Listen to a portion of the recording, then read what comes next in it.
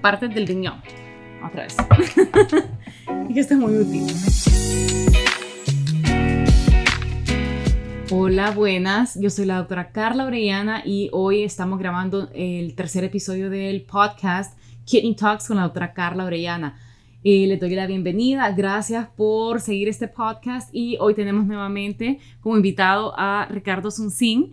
Y bueno, bienvenido otra vez y vamos a contestar varias preguntas de nuestros seguidores de nuestras redes sociales.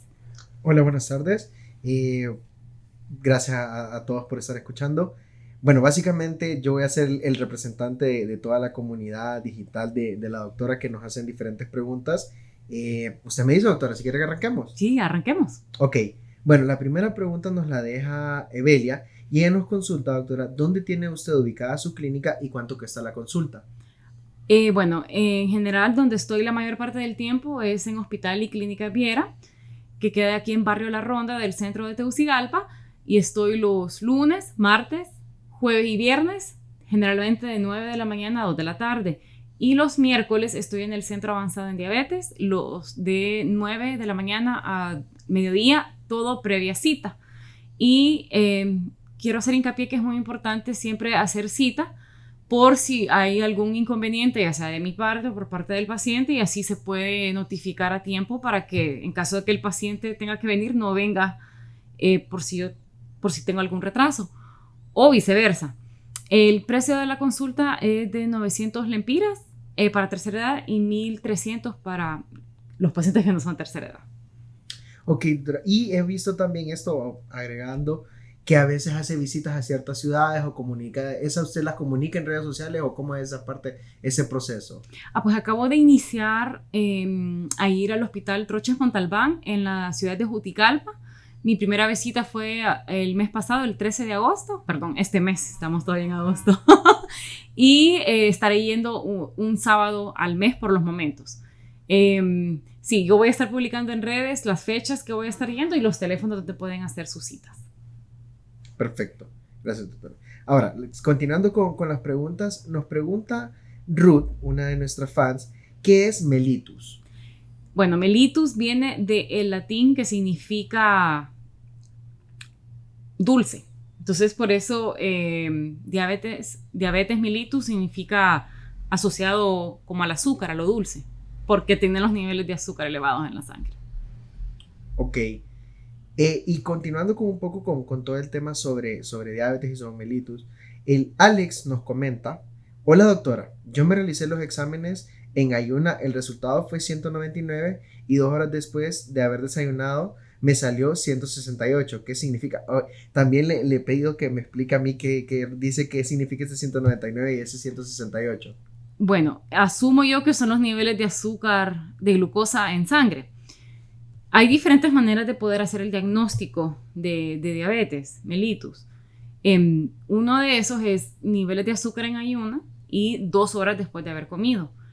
Para hacer el diagnóstico con niveles de azúcar en ayuna tiene que estar por encima de 126, por lo que ya solamente con eso ya cumple criterios de diabetes. Otro puede ser con niveles de glucosa 2 horas después de comer o azúcar al azar. Significa que cualquier nivel de glucosa, con tal de que haya comido, arriba de 200. Entonces, eso es lo que asumo yo, por lo que si yo miro esos niveles, lo que agregaría es hemoglobina glicada, que es otro examen que utilizamos para apoyo de diabetes. Si está ahí arriba de 6.4%, sería el diagnóstico de diabetes mellitus. Ok. Igualmente, Sandra Lisset nos comenta: yo tengo 52 años de ser diabetes mellitus. Tengo 35 años de padecer del riñón microalbumina. En estos momentos en 20 miligramos proteína en orina negativo, pero estoy preocupada.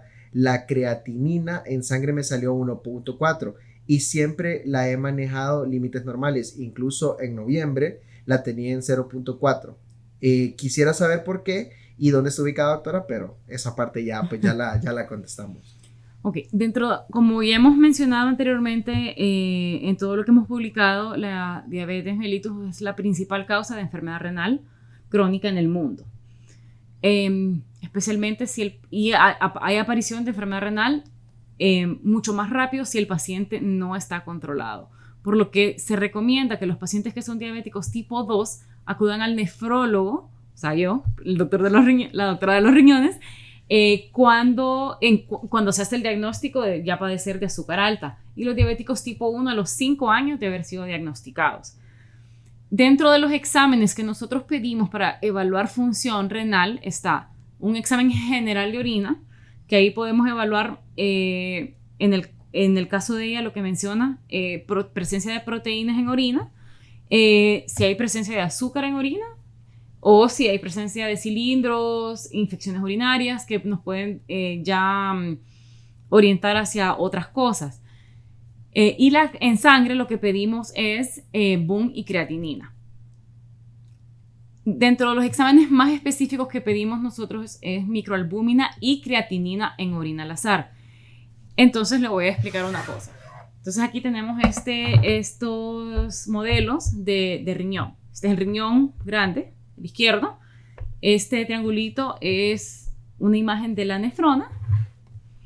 Una imagen de la nefrona con esta pelotita es el filtro que se llama glomérulo y estos túbulos son, bueno, estas mangueritas son los túbulos y este es el glomérulo, esto han agrandado. Como ya he mencionado en múltiples ocasiones anteriormente, tenemos 1 millón de glomérulos por riñón y este es el filtro del cuerpo, como un pascón, como un sifón. Entonces, tiene agujeros pequeños, los cuales donde se filtra la sangre, para que el cuerpo se quede con lo bueno, con lo que necesita, y que orine lo que no necesita. En los diabéticos de larga evolución y también diabéticos no controlados, aunque sea de corta evolución, estos agujeros del pascón, del filtro, se van haciendo más grandes. Y esto, cuando ya empezamos a encontrar proteínas, o en este caso albúmina, que es un subtipo de proteína, ya nos indica daño en el riñón, específicamente de esta parte del glomérulo. Daños iniciales, porque no necesariamente porque ya tenga presencia de proteínas en orina, significa que voy a tener alteraciones en las pruebas de sangre. Ya tiene que haber pasado un buen tiempo y que haya daño renal más avanzado cuando ya encontramos estas pruebas en sangre alteradas.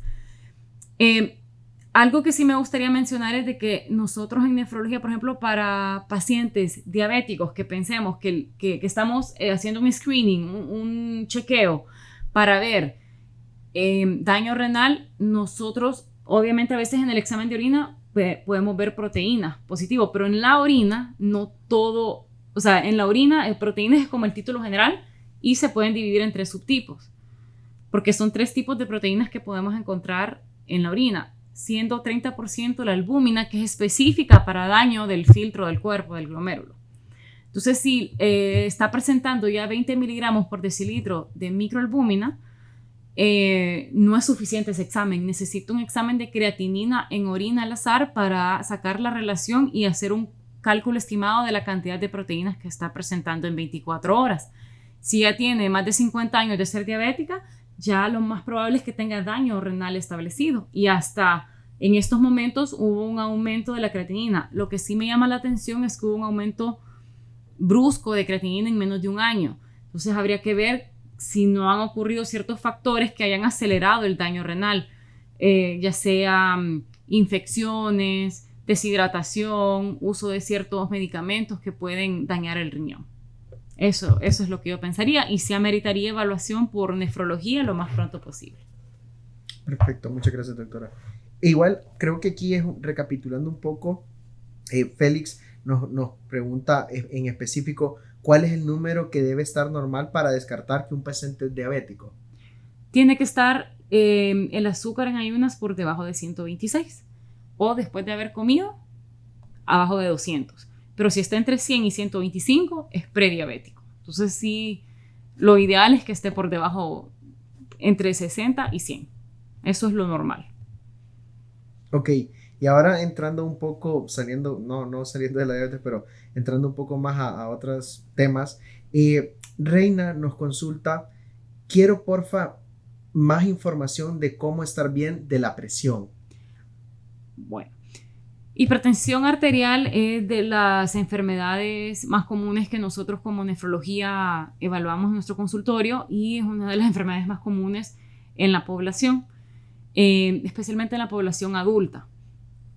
¿Qué se puede hacer para estar bien de la presión arterial? Uno, de que si el paciente ya fue diagnosticado con hipertensión arterial, que se tome bien su tratamiento. La primera causa de presión arterial no controlada es poco apego al tratamiento o abandono del tratamiento. Es muy importante que el paciente aprenda a ser educado, a ser constante con la toma de su medicación, que trate de que sea a la misma hora y también de que aprenda el nombre de su medicamento, dosis y horario, porque eso es básico no solo para nosotros en nuestro consultorio, sino que para realmente todos los médicos. Otra cosa, para estar controlado la presión arterial, lo más importante son cambios en el estilo de vida. Y eso es algo que yo hago énfasis siempre. El medicamento hace 50% del efecto para la presión arterial y el otro 50% tiene que ser cambios en este aspecto. ¿Qué significa eso? Hacer ejercicio mínimo 5 veces a la semana por 30 minutos, o sea, 150 minutos a la semana. Dieta baja en sal, eso es muy, muy importante.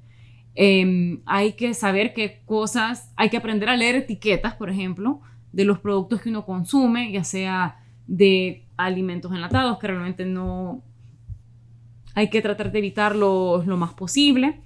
Si uno come churros, si uno toma refrescos carbonatados, que también realmente hay que evitarlos. Hay que aprender a leer muy bien las etiquetas para ver la cantidad de sodio que trae, que esa es la sal. Otra cosa es el consumo de sal en la casa.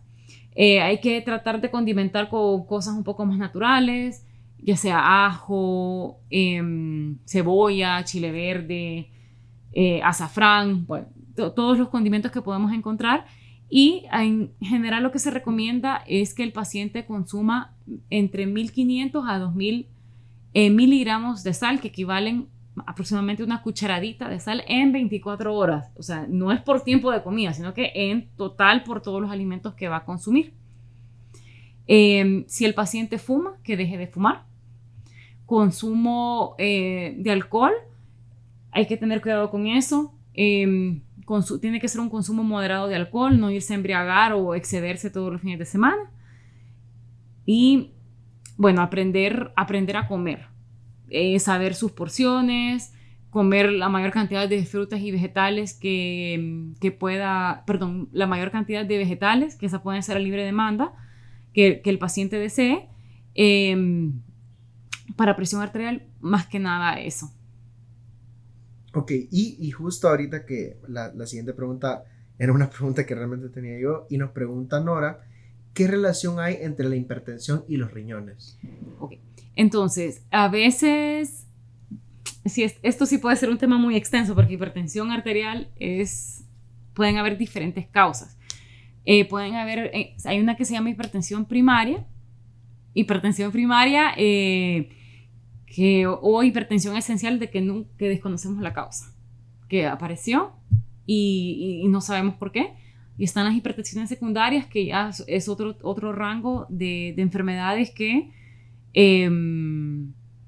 sí hay que estudiarlas un poco más y para poder llegar a su diagnóstico. Lo que ocurre en estos pacientes es que otra vez vuelvo con mi esquema.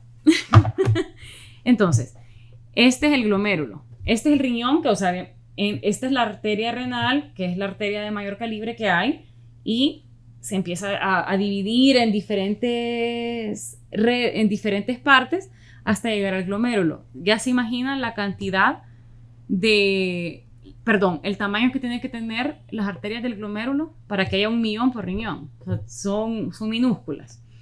Entonces, lo que ocurre es de que si está el paciente con las presiones altas, con las cifras tensionales elevadas, y no hay un freno por parte de las arterias más grandes del riñón, toda esta presión alta entra a las arteriolas pequeñitas que hay en los glomérulos y va a empezar a ocurrir daño en el riñón. como les mencioné anteriormente, dentro de los daños principal vamos a encontrar alteración de lo del filtro propio del riñón y va a haber presencia de albúmina en orina y esto va a ir avanzando. ¿Qué es lo que pasa? Cuando hay presencia de albúmina, todo esto se va poniendo como endurecido. Y ya el riñón va a empezar a perder varias funciones, su función de concentración o de dilución de orina, que son cosas que ayudan a mantener en equilibrio unas ciertas cosas de la sangre. Empieza a perder la función de filtrado. Pero siempre existen ciertos mecanismos que se llaman de autorregulación por parte del riñón para evitar que estos daños ocurran. Y eso puede ser en etapas tempranas de hipertensión arterial, pero cuando el paciente ya lleva mucho tiempo de ser hipertenso, este umbral va aumentando y aumentando y pues en ocasiones el daño renal ya es inevitable. En ocasiones no se sabe qué vino primero, si la hipertensión arterial o la enfermedad renal, porque como ya he mencionado anteriormente, la enfermedad renal generalmente es silenciosa o los síntomas son muy vagos y se asocian a otras cosas, por lo cual no acuden a chequeos las personas. Y se diagnostica ya enfermedad renal crónica, ya con elevación de las pruebas del riñón en la sangre y ya se encontró hipertenso ese paciente, pero se desconoce realmente en el momento del diagnóstico qué vino primero, la enfermedad del riñón o hipertensión arterial. Es algo que va de la mano. Ok, muchas gracias, doctora. Y acá nos pregunta Areli, ¿qué es enfermedades glomerulares? Hay diferentes partes del riñón. Otra vez. Y que esto es muy útil. Entonces, hay diferentes enfermedades del riñón. Pueden haber enfermedades. Bueno, el riñón puede estar afectado por varias cosas. Pueden estar afectado por causas, se llama prerrenales, que son causas antes del riñón, que como ya hemos hablado anteriormente, puede ser por afectación del corazón, por afectación del hígado, que producen alteración en la presión arterial o en otra, sacan al torrente sanguíneo ciertas sustancias que terminan afectando el riñón. Y está la afectación intrarrenal, que puede ser por las diferentes estructuras del riñón, ya sea por el glomérulo, los túbulos, el intersticio. Y están las causas postrenales, que es después del riñón, que ya tiene que ver con vejiga, problemas de próstata o problemas, piedras en los riñones que ya estén en los uréteres, que son las mangueritas que sacan la orina del riñón hacia la vejiga, o por una masa en abdomen que me puede estar comprimiendo la salida de orina y ya con el tiempo hace que el riñón como que se infle, que se llama hidronefrosis, y eso puede producir daño en el riñón. Entonces el glomérulo, como he estado mencionando durante este podcast, es el filtro del cuerpo. Todas las sustancias de la sangre, porque vienen a dar acá, se filtra aproximadamente 120 litros por minuto. Entonces es bastante trabajo el que tiene. Entonces, por ejemplo, enfermedades glomerulares son enfermedades propias del glomérulo, de todo esto. Y puede ser causado por enfermedades, se llaman enfermedades autoinmunes, que el propio cuerpo ataca al propio cuerpo, no detecta ciertas cosas del cuerpo y lo ataca porque piensa que es algún cuerpo extraño. O puede ser por enfermedades que tiran, ¿cómo les puedo mencionar? Enfermedades que tiran ciertas sustancias a la sangre y vienen a dar al glomérulo. Y estas pueden ser, por ejemplo, pacientes que estén con hepatitis. Hepatitis C, por ejemplo, me puede producir enfermedades en el glomérulo. Hay pacientes que tienen otra enfermedad que se llama nefropatía por IgA, que son pacientes que han padecido, bueno, lo que mencionan algunas cosas, algunas literaturas de que han padecido, por ejemplo, de muchas enfermedades, faringoamigdalitis a repetición. Entonces, para que el cuerpo pueda contrarrestar esta infección, tiene que atacar al germen, al virus o la bacteria que está en la garganta. Y se forman complejos unos ciertos complejos que se van al torrente sanguíneo y se vienen a depositar al riñón y producen una inflamación en el riñón. Bueno, Existe un sinnúmero de enfermedades de estos, pero para eso ya hay síndromes bien específicos, ya delimitados en la literatura, y hay que estudiarlos de manera apropiada y según los síntomas son los estudios que nosotros vamos pidiendo. Pero las enfermedades glomerulares, ya para resumir, es enfermedades propias del glomérulo, que es el filtro del cuerpo. Ok, y hablando un poco de las enfermedades, nos hacen un comentario aquí en una publicación que nos dicen cuál es el factor de riesgo que se asocia con las personas negras. ¿A qué se refiere con raza negra? Bueno, dentro de los factores de riesgo para padecer ciertas cosas, como ser hipertensión arterial, está la raza negra. En todas partes del mundo ya se sabe que los pacientes de raza negra son los que tienen hipertensión arterial, más severa, de más difícil control. Ya se ha definido inclusive a nivel genético, hay un gen que predispone a esto, que se llama, por ejemplo, el gen APOL1, APOL-1. Este gen se ha encontrado en hipertensiones más severas, pero también se ha encontrado que puede producir ciertos síndromes glomerulares, que es lo que estábamos mencionando anteriormente, y que sí puede ser, bueno, a veces uno lo sospecha, pero si tiene este gen, puede presentar mayor agresividad en presión arterial y en ciertas enfermedades glomerulares. Ok, muchas gracias. Igual acá nos consulta Lilian, nos pone un caso bien en específico que nos dice: tengo un sobrino que le suministran diálisis y ya no ve ni escucha, pero no me dejan que le dé frutas para que no le den ganas de orinar o porque no se le vaya esa agua a los pulmones, dice su familia. Me gustaría saber si esto es cierto, que le hace daño. Yo siento mucha pena e impotencia saber que vivo sin saber qué darle. No vivo con él, solo quisiera llevarle algo para verlo. Espero su respuesta. Muchas gracias. La población que ya está en diálisis sí ya es una población diferente, pero cada caso es específico y lo que ocurre es que se generalizan muchas cosas. Cuando el paciente está en hemodiálisis, que es el tipo de terapia de reemplazo renal en el cual se le pone un catéter, ya sea generalmente en el cuello o se hace una fístula arteriovenosa en el brazo, a la cual el paciente va 3 veces a la semana a una unidad a sentarse en una silla y lo conectan a la máquina, y donde le sacan la sangre que está con toxinas, la pasan por un filtro que es el que actúa como el riñón y se la regresan limpia al cuerpo. Eventualmente estos pacientes dejan de orinar. Se desconoce el tiempo de evolución desde que inició diálisis a que deja de orinar. Es diferente para cada persona. No es que al mes ya empezó diálisis y ya va a dejar de orinar. Hay personas que les ocurre esto en días, en semanas, o pueden pasar muchos meses y el paciente todavía orina. Lo que pasa es que estos pacientes, muchos de estos pacientes tienen problemas, como dejan de orinar, empiezan a retener líquidos. Y hay ciertas recomendaciones de ganancia de peso entre diálisis, que tiene que ser máximo 2 kilos de ganancia de peso entre una diálisis y otra, porque se hace ya sea lunes, miércoles y viernes o martes, jueves y sábado. Entonces, si el paciente ya no orina, no está liberando las toxinas por la orina y está reteniendo líquidos. Entonces, no puede tomar más líquidos de lo que le van a sacar. No orina, entonces ahí tiene que haber cierto límite, cierta limitación en la cantidad de líquidos que consume.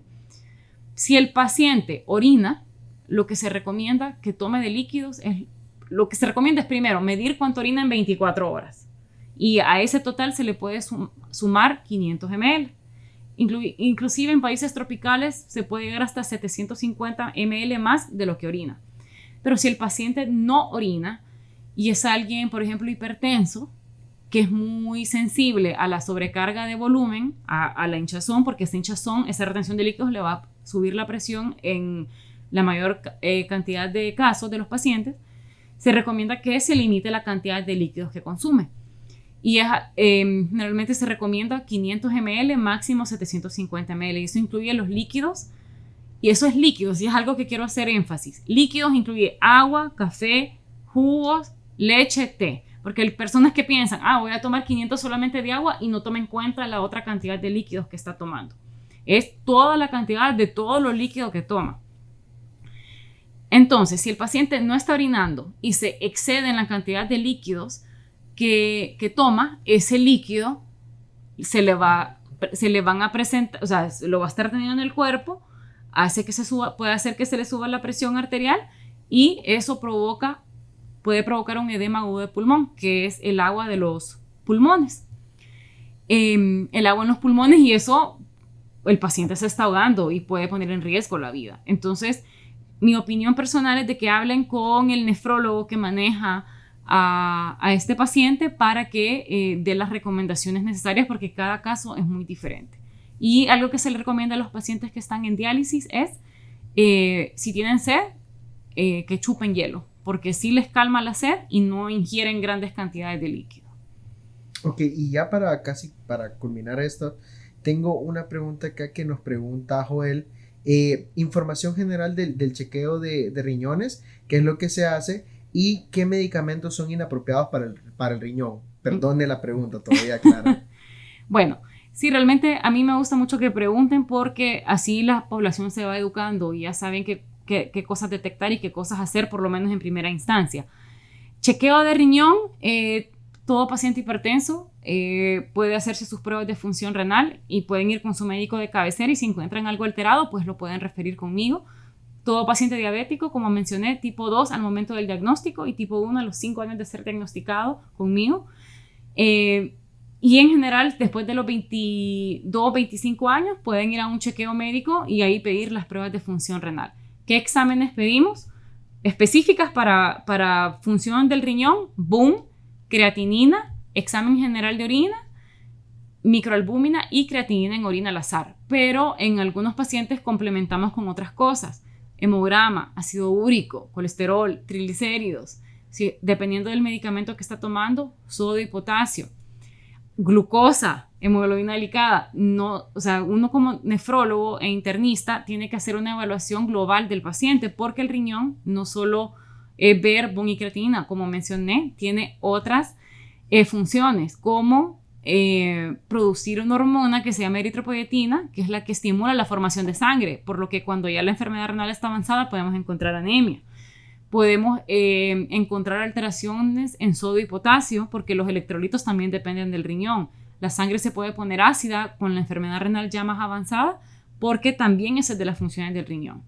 ¿Qué medicamentos pueden dañar el riñón? Realmente es cuando se utiliza de manera inapropiada y excesiva ciertos medicamentos, como hay ciertos antiinflamatorios no esteroideos. Esos son medicamentos para el dolor y contra la inflamación: diclofenaco, ibuprofeno, desketoprofeno, ketorolaco, naproxeno. Si estos se usan de manera inapropiada y desmedida, muchos pacientes desarrollan enfermedad renal. Hay ciertos medicamentos para quimioterapia que pueden dañar riñón, pero para eso el paciente está en control con su médico de cabecera, en este caso oncólogo, que está revisando de manera continua varias cosas del paciente, y para poder detectar de manera temprana en caso de que haya afectación en el riñón. Hay ciertos antibióticos también, de que si se da por mayor cantidad de tiempo, también puede producir daño al riñón. Básicamente esas serían las preguntas de esta tarde. Sé que hay un par de preguntas que dejamos sin contestar, pero para la próxima vamos a sacar otro pool de preguntas. Gracias, doctora, por su tiempo, y de verdad creo que nos aclaró muchas dudas que teníamos varios. No, gracias a usted y a todos mis seguidores. Realmente, como les mencioné, me agrada mucho poder contestar sus dudas, ya que es muy importante que el paciente se vaya educando. Esto fue todo por hoy. Y gracias por escuchar Kidney Talks con la doctora Carla Orellana. Me pueden encontrar en Spotify, en YouTube, y seguir mis redes sociales en Instagram y en Facebook. Nos vemos.